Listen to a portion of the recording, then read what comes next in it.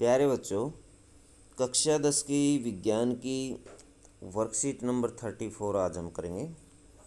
Worksheet number 34 है बच्चों, मानव नेत्र और रंग बिरंगा संसार इस लेसन में से बनाई गई है। और इसमें आज हम स्टडी करने वाले हैं दो टॉपिक। पहला टॉपिक है मानव नेत्र, दूसरा टॉपिक है विक्षेपण।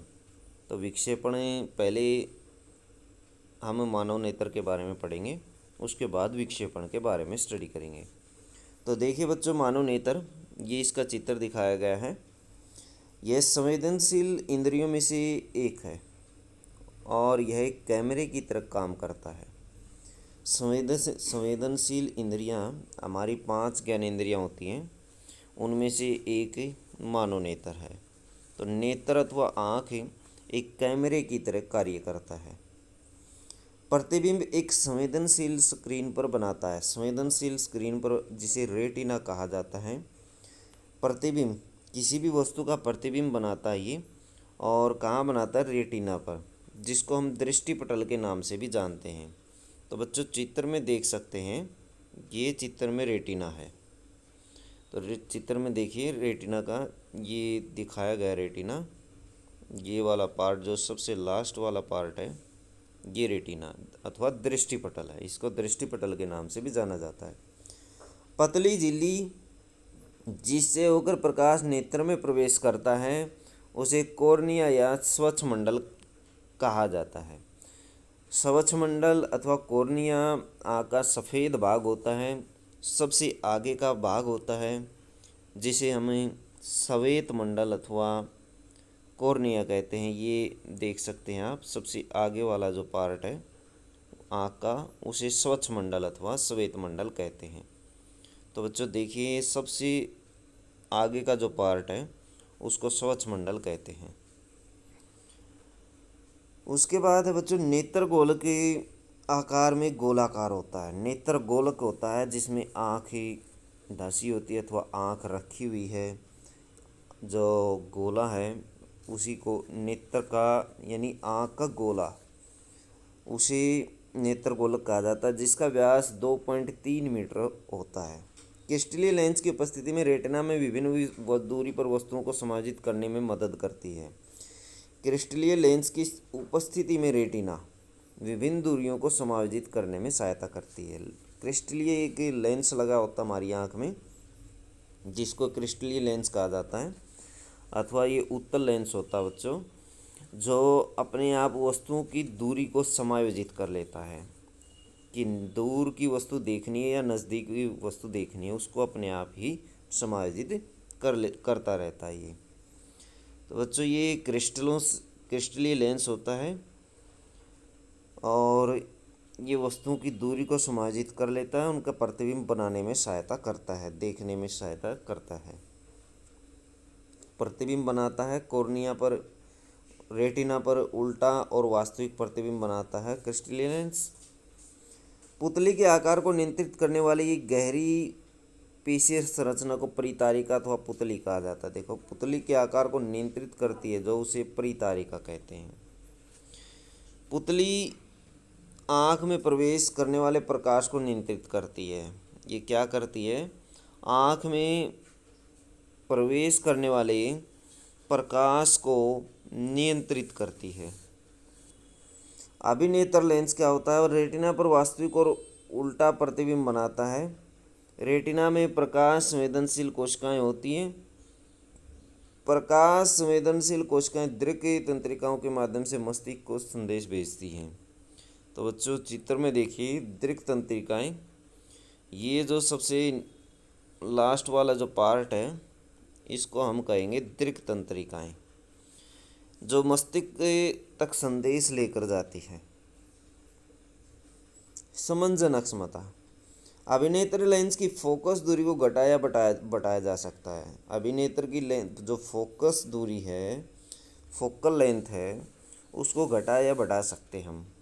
जब मांसपेशियां शिथिल होती हैं तो लेंस पतला हो जाता है, इससे फोकस दूरी बढ़ जाती है। जब मांसपेशियां शिथिल हो जाती हैं तो लेंस पतला हो जाता है और फोकस दूरी बढ़ जाती है। इससे दूर की वस्तु को देखने में मदद मिलती है। इसी प्रकार जब लेंस मोटा हो जाता है तो फोकस दूरी कम हो जाती है और हम पास की वस्तु को देखने में सक्षम हैं। समंजन अक्षमता को फोकल दूरी अथवा फोकस दूरी को समायोजित करने के लिए लेंस की अक्षमता के रूप में परिभाषित किया गया है।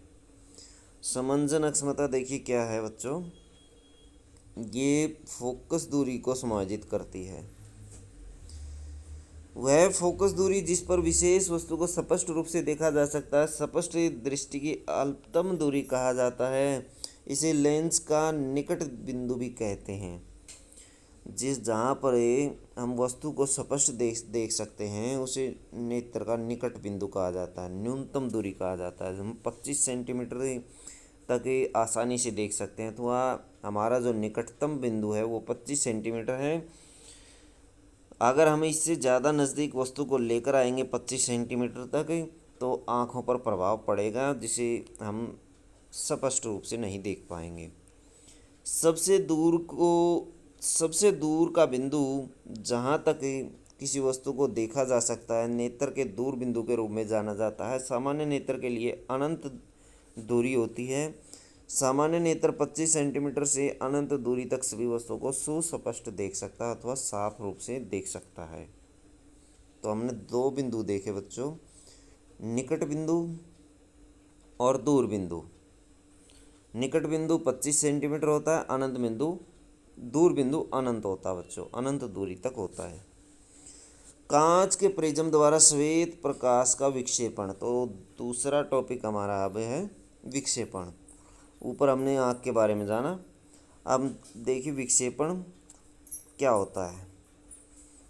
जब ये प्रकाश प्रिज्म पर पड़ता है, ये श्वेत प्रकाश है बच्चों चित्र में देखिए, और जब ये प्रकाश जो है प्रिज्म पर पड़ता है तो ये 7 रंगों में विभाजित हो जाता है।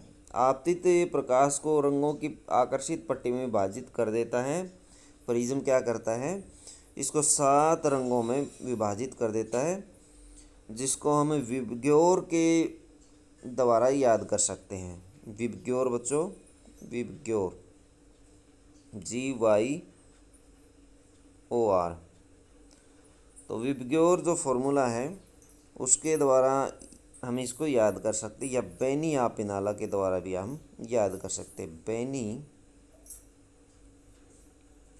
आपिनाला, तो इसके द्वारा भी हम याद कर सकते हैं।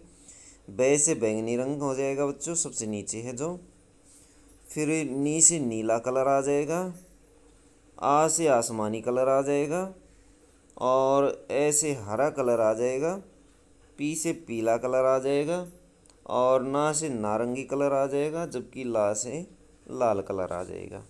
तो इस तरह सभी कलरों को, 7 कलर को हम याद कर सकते हैं इसके माध्यम से। ये 7 कलर दिए गए हैं। रंगों की इस पट्टी को स्पेक्ट्रम में अथवा स्पेक्ट्रम के रूप में जाना जाता है, इसे स्पेक्ट्रम भी कह सकते हैं। अतः आपतित प्रकाश के विभिन्न रंगों में विभाजित होने की क्रिया को विक्षेपण कहते हैं। यह विभाजन प्रकाश के विभिन्न कोणों पर झुकने के कारण होता है। बैंगनी प्रकाश सबसे अधिक झुकता है, जबकि लाल प्रकाश सबसे कम झुकता है। सबसे कम कोण बनाता लाल प्रकाश। इंद्रधनुष की परिघटना प्रकाश के विक्षेपण के कारण ही होती है। जो हमें आसमान में इंद्रधनुष दिखाई देता है वो प्रकाश विक्षेपण के कारण ही बनता है। जब बारिश के बाद छोटी छोटी बूंदें लटकी रह जाती हैं वायु में, तो उनमें से जब सूर्य का प्रकाश गुजरता है तो इंद्रधनुष बनाता है। तो ये देख सकते हैं आप, एक इंद्रधनुष की तरह ही पैटर्न आपको दिखाई दे रहा है। प्रकाश विक्षेपण के कारण बने इन 7 रंगों के बैंड को स्पेक्ट्रम कहते हैं। तो इसको स्पेक्ट्रम कहा जाता है। क्वेश्चन नंबर 1 देखेंगे। मानव नेत्र में निम्नलिखित भागों के कार्य लिखिए। रेटिना का, कॉर्निया का, परितारिका, छड़ और शंकु का। रेटिना क्या काम करती है बच्चों? रेटिना वस्तु का उल्टा और वास्तविक प्रतिबिंब बनाती है। ये प्रतिबिंब बनाने में सहायता करती है। कॉर्निया क्या करता है? कॉर्निया आँख में प्रकाश को एंट्री देता है, अथवा आँख में जब प्रकाश प्रवेश करता है उसमें सहायता करता है। परितारिका का क्या कार्य है? प्रकाश को नियंत्रित करती है, आँख में प्रवेश करने वाले प्रकाश को नियंत्रित करती है। जबकि छड़ और शंकु क्या करते हैं, ये रंगों की पहचान करने में सहायता करते हैं। क्या करते हैं, रंगों की पहचान करने में सहायता करते हैं। इनके कार्य ऊपर भी दिए गए हैं, ऊपर से देख करके भी आप इनको लिख सकते हैं। समंजन अक्षमता को परिभाषित करें। नेत्र के निकट बिंदु और दूर बिंदु क्या है, तो इन तीनों की परिभाषा ऊपर दी गई है। लेंस की फोकस दूरी को समायोजित करने वाली अक्षमता को हमें समंजन अक्षमता कहते हैं, पहली परिभाषा। दूसरी परिभाषा ये दी गई है निकट बिंदु की, ये निकट बिंदु है। और दूर बिंदु की परिभाषा भी दी गई है। सबसे दूर बिंदु, ये वाली परिभाषा बच्चों दूर बिंदु की है। सबसे दूर बिंदु जहाँ तक किसी वस्तु को देखा जा सकता है, नेत्र का दूर बिंदु कहलाता है। स्पेक्ट्रम क्या है, क्वेश्चन नंबर 3, और उसमें रंगों का क्रम बताइए। स्पेक्ट्रम क्या है और रंगों का क्रम भी बताइए। आपतित प्रकाश के विभिन्न रंगों में विभाजित होने की परिघटना को विक्षेपण कहा जाता है अथवा स्पेक्ट्रम कहा जाता है। इसी को ही स्पेक्ट्रम कहते हैं। तो प्रकाश विक्षेपण के कारण बने 7 रंगों के बैंड को स्पेक्ट्रम कहते हैं। ये भी परिभाषा आप लिख सकते हैं। स्पेक्ट्रम की परिभाषा पूछिए, प्रकाश विक्षेपण के 7 रंगों के बैंड को स्पेक्ट्रम कहते हैं। और 7 रंगों का बैंड आप ये यहाँ से लिख सकते हैं, विबग्योर के द्वारा भी लिख सकते हैं और बेनियापिनाला के द्वारा भी आप लिख सकते हैं। प्रकाश की कौन सी परिघटना इंद्रधनुष के निर्माण के लिए उत्तरदायी है? कौन सी परिघटना बच्चों? प्रकाश विक्षेपण। प्रकाश विक्षेपण आप इसका आंसर लिखेंगे। तो बच्चों ये थी आपकी साइंस की वर्कशीट। वीडियो अच्छी लगे तो लाइक करें, हमारे चैनल को सब्सक्राइब करें।